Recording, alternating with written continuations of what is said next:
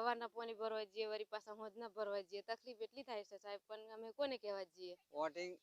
હાલ દે વોટિંગ में या जीती જાય એટલે પછી યાર રાજા બની જાય નેતાઓ મોટા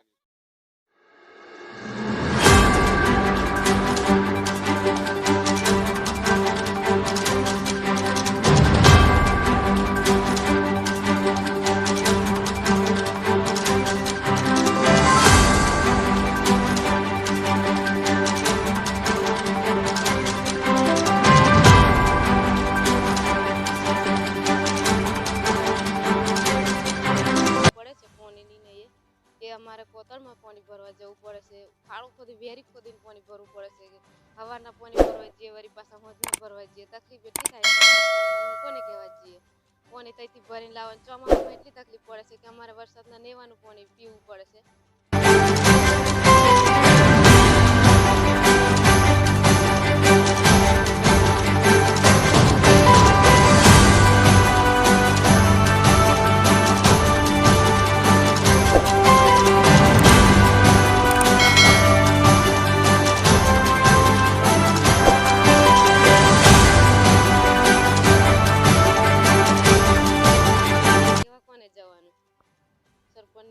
એટલે કોને કહેવા જવું હવે વેલા મોડા થશે એમ પણ હજુ આજ સુધી થયું નહીં છેલ્લા 12 અમને સડકની તકલીફ છે લાઇટની તકલીફ છે પાણીની તકલીફ છે અને આ બીજું હું આ મકાન બની આલે તો બહુ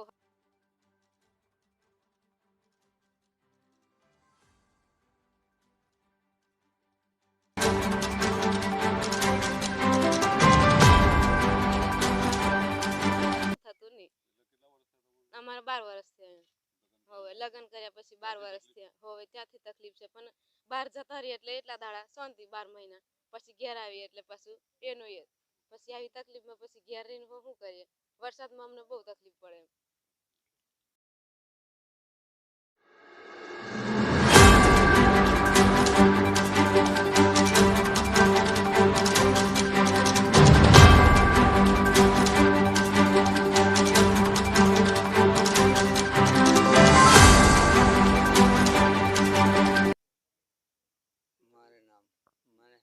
તકલીફ એ છે અમારે કે અહીંયા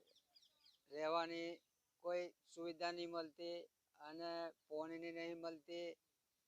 પછી લાઇટની સુવિધા નહીં મળતી રસ્તાની સુવિધા નહીં મળતી આ અમારા ગામમાં સરપંચ નથી આ કોને કહેવા જવાનું અમારે આ નેતાઓને મોટા નેતાઓને કહે તે નેતાઓ કહે કે થઈ જશે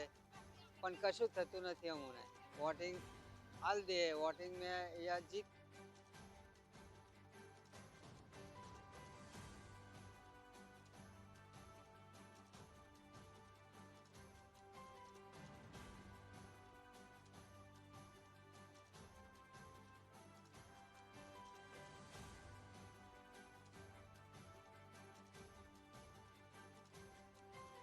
જાય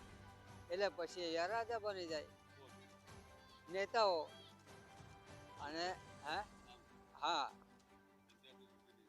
પંચાયતની ચૂંટણી થતી જ નથી પંચાયતની ચૂંટણી હાલતા નહીં હવે પંચાયતની ચૂંટણી હાલતા હોય તાતે અમારા સરપંચને કહેવાય ને 12-13 વર્ષ 15 વર્ષથી તકલીફ છે આવી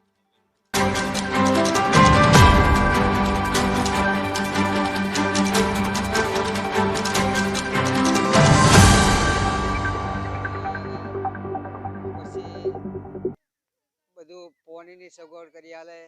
એવું બધી સુવિધા હાલતા હોય તો સારું એવી બધી વિનંતી અમારી છે